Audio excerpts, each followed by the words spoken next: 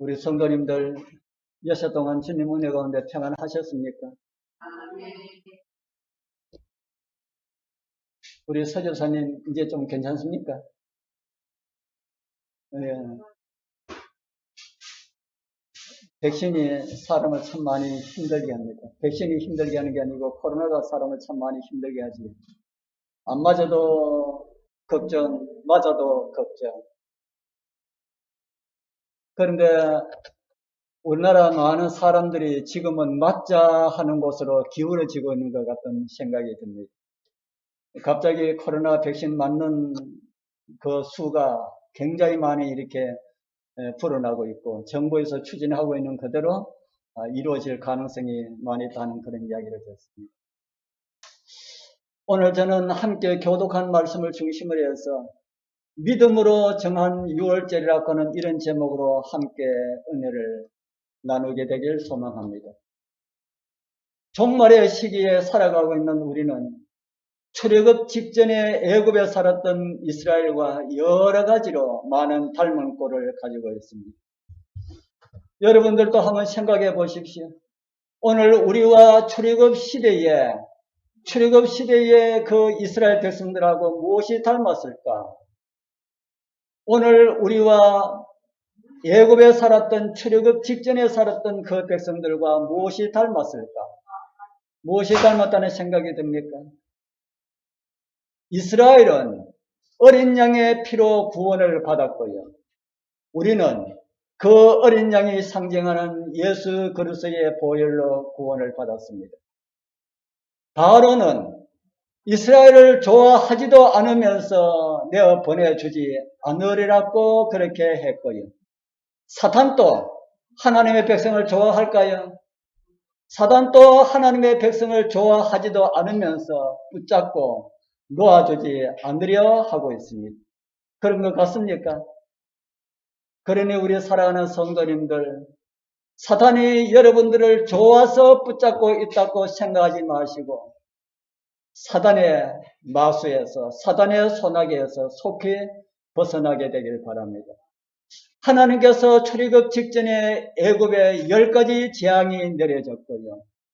영적 이스라엘이 출지구하기 전에도 이 세상 신에게 그리고 그를 추종하는 자들에게 하나님의 자비가 섞이지 않는 7가지의 재앙이 내릴 것이라고 성경은 기록되어 있습니다.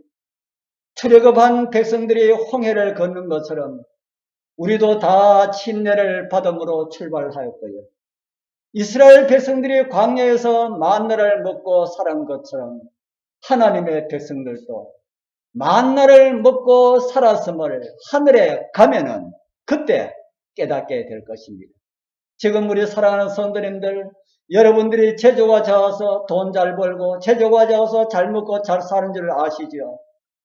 그러나 우리가 지금은 잘 모르지만은 하늘에 가면은 그 모든 것이 하나님의 섭리였다. 하나님의 인도하심이었다. 하나님께서 우리에게 주신 것으로 우리가 먹고 살았구나라는 것을 깨닫게 될 것이다 하는 겁니다. 그러니 우리는 이스라엘 백성들과 똑같은 그런 길을 걷고 있다. 그래서 성경은 이런 말씀을 우리에게 전해주겠습니다. 고린도서 10장 11절 우리 같이 한번 읽어보겠습니다.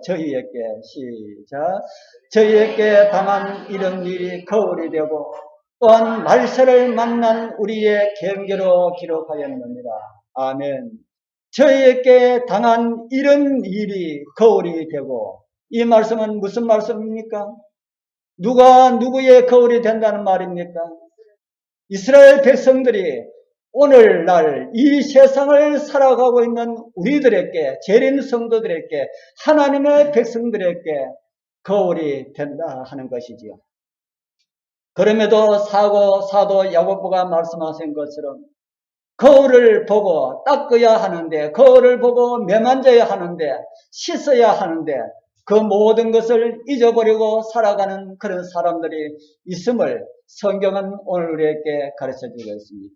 오늘 저와 여러분들이 그런 것은 아닌지, 그런 모습은 아닌지 우리가 좀 살펴봐야 합니다. 오늘은 이스라엘 백성들의 잘못된 모습들, 그런 거울들을 보려고 하지 않고요. 이스라엘 백성들이 믿음으로 행하였던 모습을 통하여서 우리의 믿음을 점검을 해보려 합니다. 우리 사랑하는 성도님들, 오늘 주신 말씀으로 6월절 어린 양의 보혈로 온전한 구원을 다시 한 번 더 발견하시어서 우리에게 올 세상에 쏟아질 하나님의 진노의 일곱 대접을 피하고 홍해를 건넌 이스라엘의 그 구원의 노래를 부른 것처럼 우리도 하늘 유리 바닷가에서 구원의 노래, 어린 양의 노래를 함께 부르는 그 대열에 우리 모두가 꼭 참여하게 되길 축복합니다.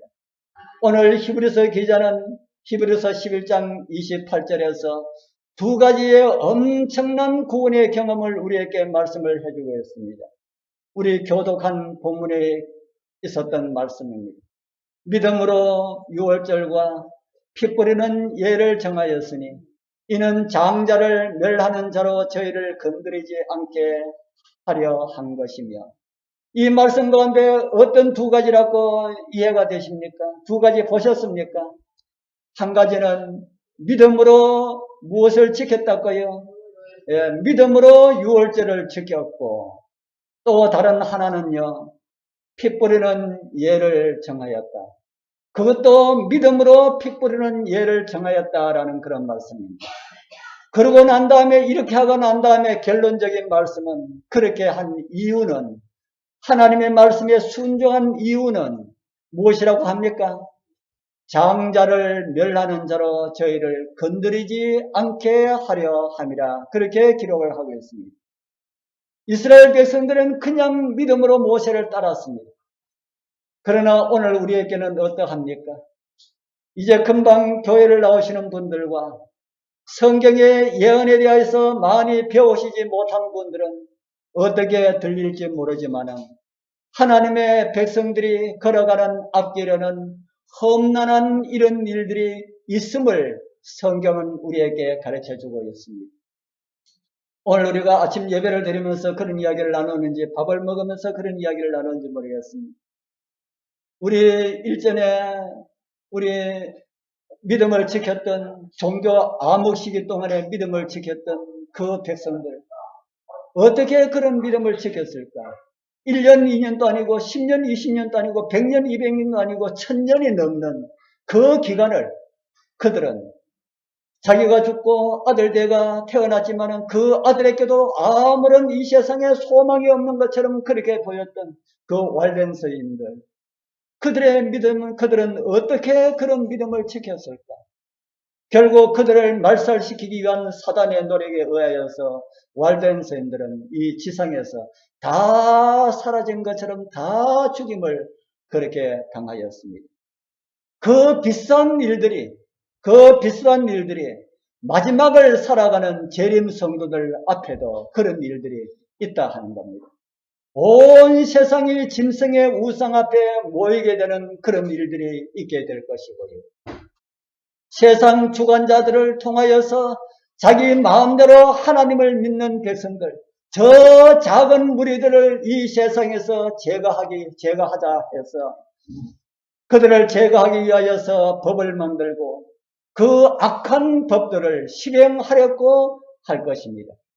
그리고 그런 법들이 실행하려고 하는 때를 같이하여서 이 세상에는 하나님의 진노의 일곱 대접, 하나님의 재앙이 내리게 될 것입니다. 우리는 이것도 피하고 저것도 피하고 다 피하여야 합니다. 세상의 권세자들에 의하여서 멸절시키려는 그 음모도 우리는 피하고 극복하여야 하고요. 또 무엇을 피하여야 한다고요? 이 세상에 쏟아지는 하나님의 진노의 대접, 7가지의 그 재앙도 우리는 피하여야 한다는 겁니다. 오늘 그런 내용들을 6월절을 믿음으로 지키고 믿음으로 피 뿌리는 예를 정한 우리의 선배들을 통하여서 좀 배워보려 합니다. 먼저 믿음으로 지킨 6월절을 좀 생각을 해보려 합니다. 이스라엘 백성들을 종을 삼아서 자기들의 욕심을 채웠던 바로와 그의 군대들이 그들을 숭배하였던 신들에게 하나님으로부터 이르러오는 그런 재앙을 만나게 되는 것을 보게 됩니다. 왜 재앙이 내렸습니까? 성경에 이런 말씀이 있습니다. 우리 또 같이 한번 읽어보겠습니다. 그 후에 시작. 그 후에 모세와 아론이 가서 바로에게 이르되 이스라엘 하나님 여호와의 말씀에 내 백성을 보내라. 그들이 광야에서 내 앞에 절기를 지킬 것이니라 하셨나이다. 하나님께서 모세와 아론을 보내어서 바로에게 내 백성 이스라엘을 보내라고 그렇게 하지요. 그러니 바로는 어떤 대답을 합니까? 출애굽기 5장 2절에 보면은 바로가 가로되 여호와가 누구간데 내가 그 말을 듣고 이스라엘을 보내겠느냐? 나는 여호와를 알지 못하니 이스라엘도 보내지 아니하리라. 이 말을 듣고 모세와 아론은 다시 출애굽기 5장 3절에서 이런 말을 합니다. 히브리인의 하나님이 우리에게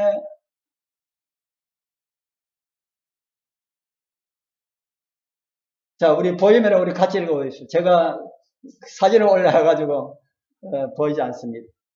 히브리어의 시작. 히브리인의 하나님이 우리에게 나타나셨습니다. 우리가 사흘 이르는 광야에 가서 우리 하나님 여호와께 희생을 드려하고 바벨을 말하셔서 여호와께서 오명이나 칼로 우리를 치실까 두려워하나이다. 아멘. 출애굽기 5장 3절에서 히브리인의 하나님이 우리에게 나타나셨은즉 우리가 사흘쯤 광야에 가서 우리 하나님 여호와께 희생을 드리려 하오니 허락하소서. 그렇지 아니하면 하나님께서 온역과 칼로 치실까 하나이다. 그렇게 말씀을 하고 있습니다. 왕이 우리 백성들을 보내지 않으면 이 땅이 어떻게 될 것이라고요? 온역으로 이 땅을 칠 것이다. 이곳에 온역으로 번역된 히브리어 테발에는 역병 또 전염병으로 번역할 수 있는 그런 말입니다. 다른 곳에서는 실제로 역병이나 전염병으로 번역이 되었습니다. 무엇을 하지 않으면 이런 병으로 칠 것이라 합니까? 하나님의 말씀을 거역하면 저는 오늘 이 세상에 일어나고 있는 모든 전염병들이나 역병들 모두가 하나님에게서 직접 온 것이라고 그렇게 보지는 않습니다. 오히려 이 세상을 진멸하려는 사단의 음모가 거기에 숨어 있다고 그렇게 봅니다. 그렇게 성경을 이해하면서 애굽에 내린 재앙도 하나님께서 애굽을 멸하시려고 내린 것이라기보다는 사탄이 자기 백성을 멸하려고 내리는 재앙들을 하나님께서 그것을 이용하셨다. 저는 그렇게 이해를 하고 있습니다. 사단은 이 세상 사람들이 질병으로 고통당하고 사고로 생활고로 어려움을 겪으면서 겨우겨우 그렇다고 해서 죽도록도 놔두지 않고 겨우겨우 어렵고 힘들게 그렇게 살아가도록 그렇게 만들려고 사단은 그렇게 노력을 하고 있습니다. 왜 그런지 아십니까? 인간의 고통을 보고 절개하는 장본인이 바로 사단이기 때문에 그렇다는 겁니다. 그러나 하나님께서는 그러한 사단의 관계를 펼쳐나가지 못하도록 계속해서 막고 계셨습니다.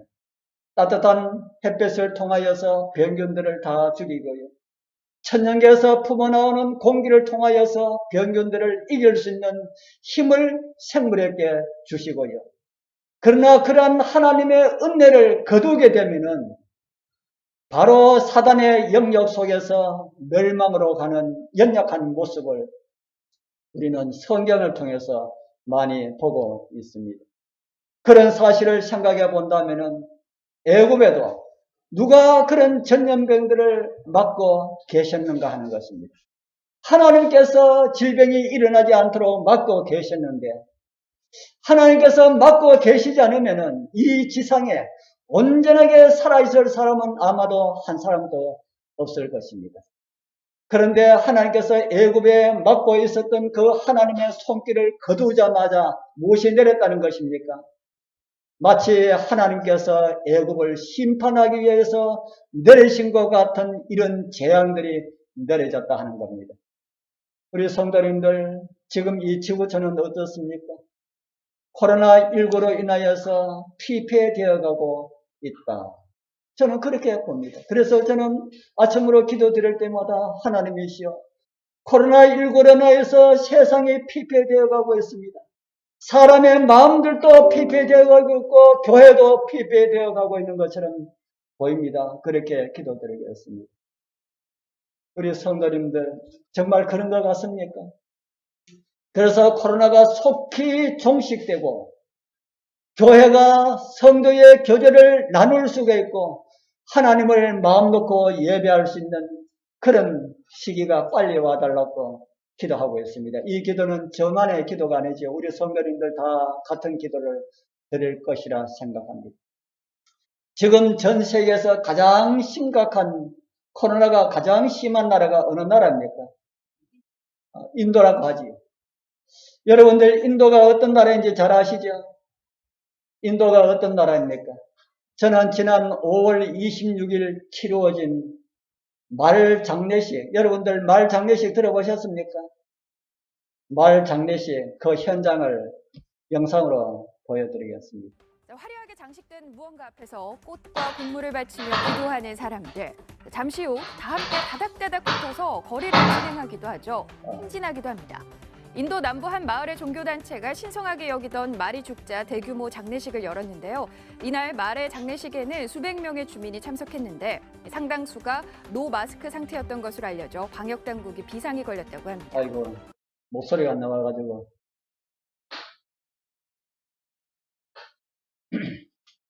말 장례식에 대한 것을 방송 보도하는 것을 제가 올려왔습니다. 인도는 말의 신이 자기들을 보호해줄 것이라고 믿고 마스크도 착용하지 않고 말 장례식을 이렇게 치렀다고 합니다. 저는 이런 상황을 보면서 정말로 사람들이 정신을 차리지 못하고 있구나. 인도뿐이겠습니까? 그런 일들이 계속해서 이 지구촌에 일어나고 있다면 코로나가 종식이 될까 하는 그런 생각을 합니다. 사단이 사람들을 어렵고 힘이 들도록 장난한 것인데도 사람들은 사단이 쳐놓은 그런 그물을 벗어나지 못하고 하나님을 찾지 않고 있는데, 그런데도 하나님께서 그 전염병이 사라지도록 그렇게 하셔야 할까, 이런 생각이 들었습니다. 그렇게 하나님의 백성들을 붙잡고 놓아주지 아니하는 사단을 상징하는 그 바로는 하나님의 백성들을 놓아줄 수밖에 없도록 하기 위하여서 애굽의 재앙이 쏟아집니다. 애굽에 제일 먼저 내린 재앙은 어떤 재앙이었습니까? 출애굽기 7장 17절에 보면은 여호와가 이같이 이르노니 내가 이로 인하여서 나를 여호와인 줄 알리라 하셨느니라. 볼지어다 내가 내 손을 지팡이로 하수를 치면 그것이 피로 변하고, 출애굽기 7장 17절에 보면은 모세가 하수를 치니까 모든 물들이 다 피로 변하는 이런 재앙이 내립니다. 그래도 바로의 마음은 움직이지 않았습니다. 물을 먹을 수 없는데도 바로의 마음은 더 강팍해집니다. 사실 강을 쳐서 피가 되게 한 이 재앙은 이집트인들이 섬겼던 나일강의 신인 나이러스에 의한, 나이러스를 심판하기 위한 그런 심판이라고 합니다. 너희들이 신으로 섬기는 나일강의 신은 아무런 힘이 없다는 것을 보여주었던 그런 재앙이다 하는 겁니다. 두 번째 애굽에 내렸던 재앙은 개구리 재앙이었습니다. 이집트인들은 개구리들도 신으로 섬겼습니다.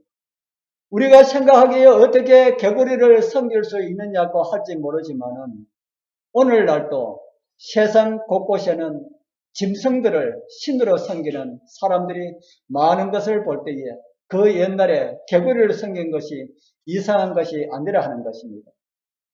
그들이 섬기는 신의 도움이 아니라 그것 때문에 멸망당할 수가 있다는 사실을 하나님께서 그들에게 보여주셨습니다. 세 번째 재앙은 이 재앙이었지요.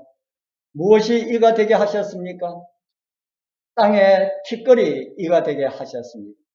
이 재앙은 땅의 신으로 알고 있는 이 신인 셋에 대한 심판이었다. 이집트인들은 이도 신으로 섬겼다 하는 겁니다. 그리고 네 번째 재앙은 파리 재앙이었습니다. 이집트인들이 뭐도 섬겼다는 말입니까? 예, 이집트인들은 파리도 섬겼다. 그 파리 신 카베라라고 하는 파리 신이 있습니다. 그 신을 섬겼습니다. 다섯 번째는 가축들에게 일어나는 악질적인 그런 질병이었습니다. 가축을 아피스와 헤도라고 하는 이름으로 신을 섬겼던 이집트인들에게 대한 그런 심판이었습니다.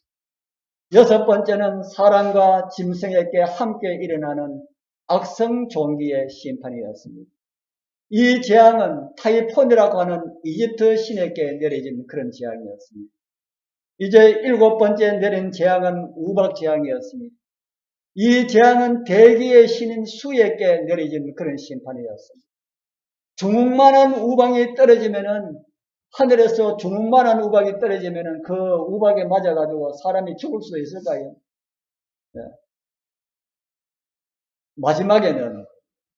마지막에 우박 재앙의 그 무게가 얼마짜리가 떨어진다는 거 성경에 보셨습니까? 마지막 때에 이 지상에 내려질 그 우박의 그 무게, 얼마짜리가 떨어진다는 거 여러분들 요한계시록을 통해서 안 읽어보셨습니까? 보셨지만 다 잊어버리셨지요? 제가 성경절을 찾아 올릴 텐데, 요한계시록에 보면은 한 달란트가 되는 우박이 하늘에서 떨어지며 그 박제가 매우 심하며 하는 그런 말씀이 있습니다. 여러분들 한 달란트가 무게가 얼마인지 아십니까? 제가 몇 번 말씀을 드린 것 같은데, 한 달란트 무게가 얼마예요? 한 달란트 무게가 32kg입니다. 32kg. 32kg짜리가 떨어져가지고 빌딩을 치면은 빌딩이 어떻게 되겠습니까? 사람이 만든 모든 것은 다 박살이 납니다. 그 우박이 마지막 그 7재앙 거의 마지막 부분에 그 재앙이 떨어지게 되죠. 그 재앙으로 인해서 사람이 만든 모든 사람의 수공물들은 다 파괴될 것이다. 저는 그렇게 봅니다. 애굽에 내려졌던 여덟 번째 재앙은 메뚜기 재앙이었습니다. 이것은 이집트 곡신의 신인 세르파스에게 내려진 그런 재앙이었습니다. 아홉 번째 재앙은 흑암 재앙이었고요. 이 재앙은 태양신인 라에게 대한 그런 심판이었습니다. 너희들이 섬기는 태양도 힘이 없다. 태양이 그 밝은 빛을 주는 것이 아니라 참빛의 근원은 나라고 하는 것을 하나님께서 가르쳐 주시는 그런 재앙입니다.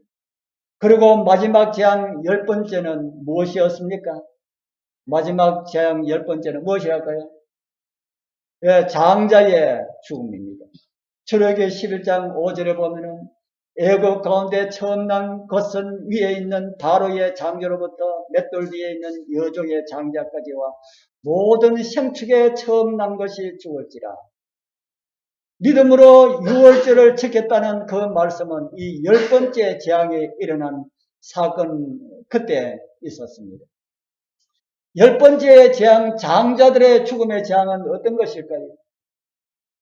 출애굽기 11장 5절의 말씀처럼 애국 가운데 처음 난 것은 바로의 장자로부터 그리고 왕으로부터 시작해서 작은 종에 이르기까지 그리고 사람뿐 아니라 가축의 모든 짐승들도 어떤 것이 다 죽었어요? 첫 새끼는 다 죽임을 당할 것이다. 저는 이 말씀을 단순히 장자들에게만 해당되는 것이 아니라고 이해를 합니다. 제가 무슨 말씀을 드린지 이해가 잘 되지 않지요? 아들 10명이 있는 가정에 장자가 죽었습니다. 그 다음에는 누가 또 장자가 됩니까? 그 다음 아들이 장자가 되지요. 저는 그렇게 해서 장자가 죽고 없으면은 그 다음 아들이 또 죽고 이렇게 해서 그냥 있으면은 모든 이집트의 백성들이 다 죽어 없어질 것이다. 성경에 실질적으로 그런 말씀이 있습니다. 출애굽기 12장 30절에 보면은 그 밤에 바로와 그 모든 신하와 모든 애굽 사람이 일어나고 애굽에 큰 호곡이 있으니 이는 그 나라에 뭐하지 않은 것이 하나도 없었어요. 사망치 아니한 집이 하나도 없었습니다. 10아들 가운데서 한 아들이 이미 죽고 없는 가정도 있을 것인데 모든 가정들이 다 죽음이 이르렀다. 그러니까 큰아들이 죽고 없으면 누가 또 장자라는 말입니까? 그 다음 아들이 또 장자라는 겁니다. 그 다음 아들이 장자로 침을 받고 나면 그 다음 아들이 또 다음 죽는 그런 일이 있단 말입니다. 그래서 애국 사람들은 또 이런 말을 합니다. 출애굽기 12장 33절에 보면 애국 사람들이 말하기를 우리가 다 뭐가 되었다고요? 우리가 다 죽은 자가 되었다.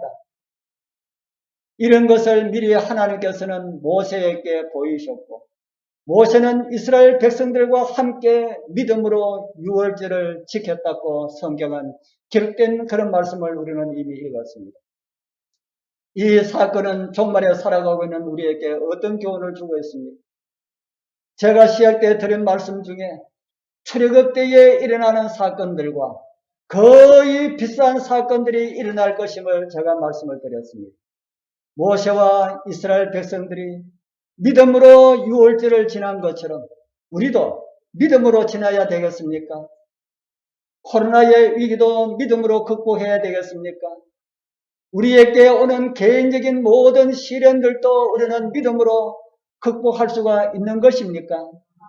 성경은 믿음에 관하여서 이런 말씀을 우리에게 주고 있습니다. 우리 같이 한번 읽어보겠습니다. 대저 시작. 대저 하나님께로서 난 자마다 세상을 이기느니라. 세상을 이긴 이김은 이것이니 우리의 믿음이니라. 아멘. 흥미있는 그런 것 같지 않습니까? 십자가로 가까이 나아가는 것은 어떤 사람의 지식이 아니라 온전한 믿음으로라고 하는 이런 것을 강조하는 그런 글인 것 같아서 제가 올렸습니다. 세상을 이긴 이김은 어떤 것이라 합니까? 세상을 이긴 이김은 우리의 믿음이다. 마지막 때 일어날 사건들을 우리는 잘 알고 있습니다. 이제 짐승의 우상이 세워지고 그 짐승의 우상으로 말하게 하고 짐승의 표를 받은 자 외에는 아무도 매매를 못하게 하고 다 죽이게 하는 그런 가운데서도 하나님의 백성들은 어떻게 서야 한다고요? 하나님의 백성들은 온전한 믿음으로 서야 할 것이다. 우리 살아가는 귀하신 우리 성도님들, 이스라엘이 믿음으로 유월절을 지킨 것처럼 우리도 믿음으로 이 고난의 시기를 잘 극복하게 되길 바랍니다. 코로나도 백신의 위기도 우리가 주님 앞으로 더 가까이 나아갈 수 있는 믿음의 길이 되길 축복합니다.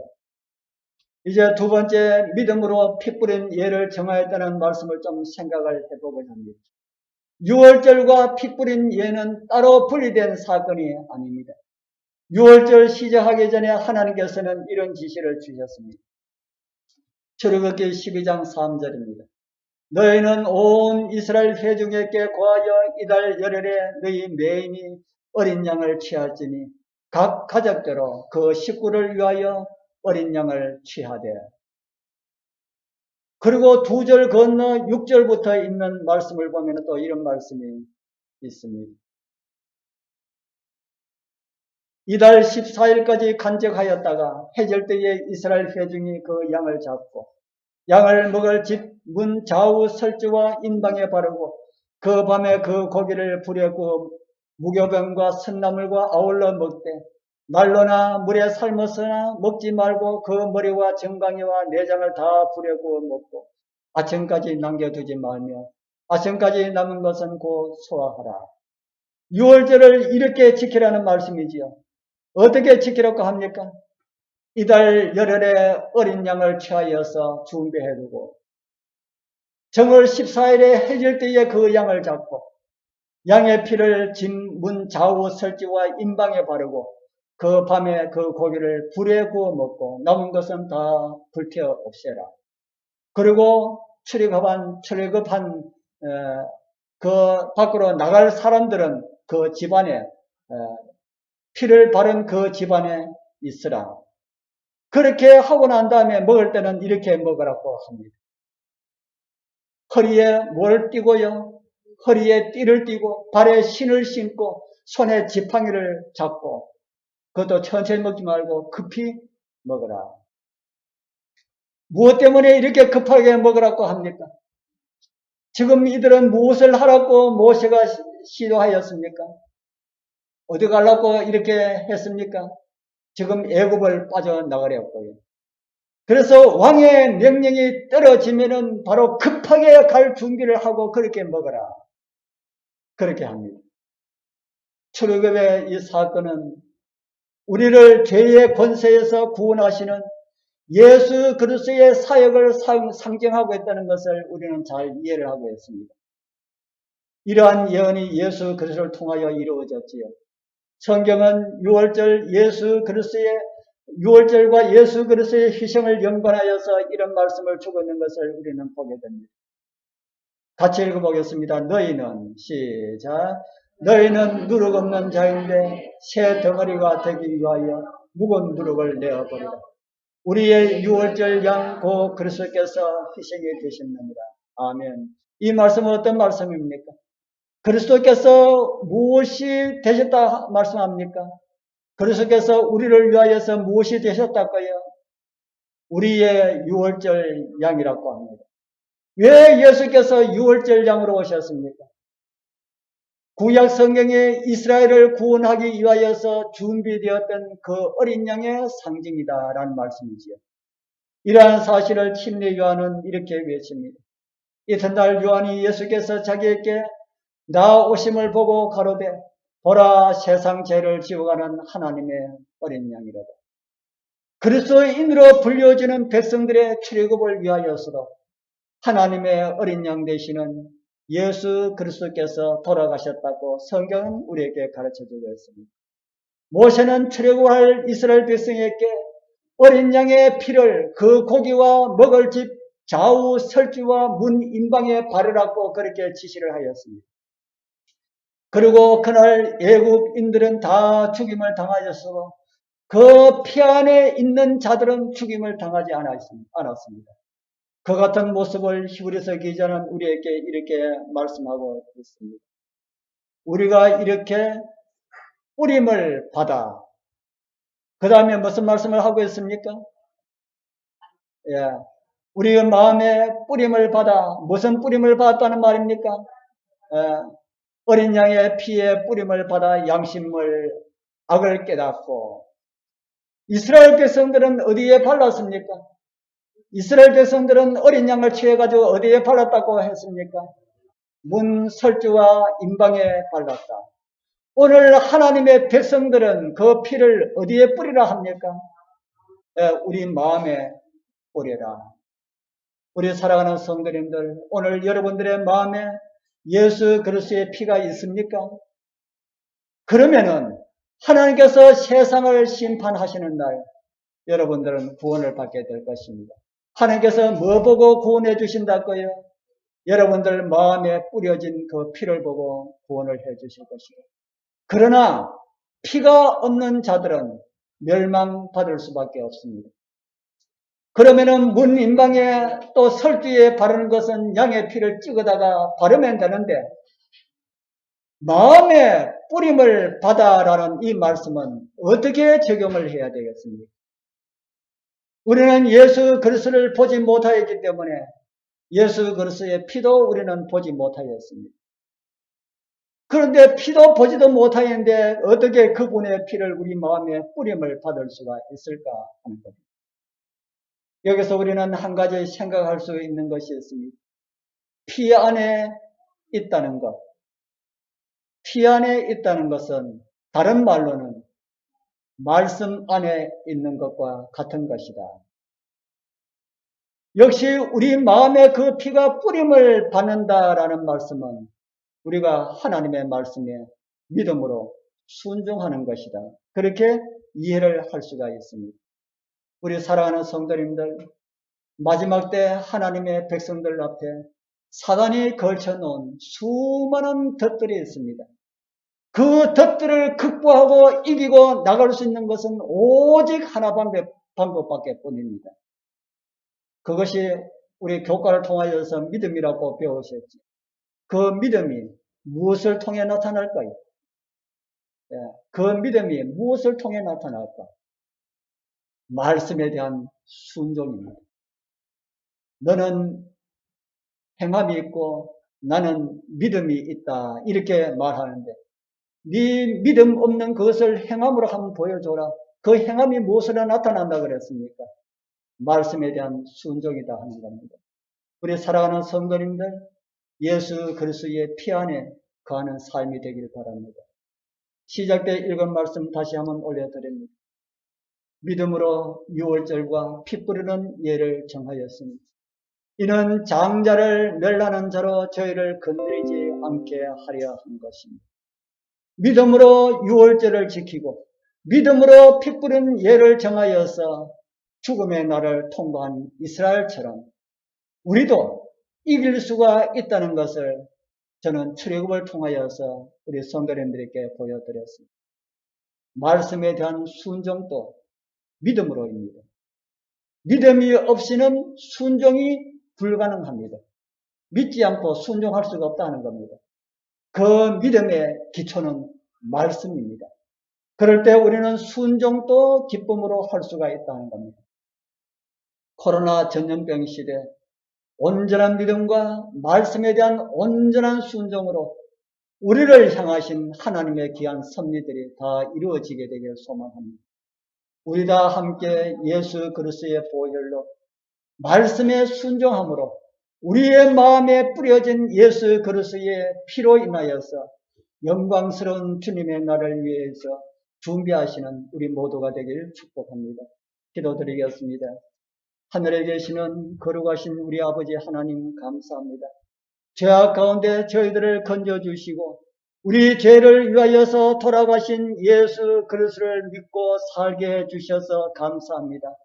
우리 앞에 주어진 모든 사단의 세력들을 믿음으로 이기게 하시고 그리스도의 보혈로 감당하게 하옵소서. 우리를 사단의 세력에서 구원하신 예수 그리스도의 이름으로 간절히 기도드리옵나이다. 아멘.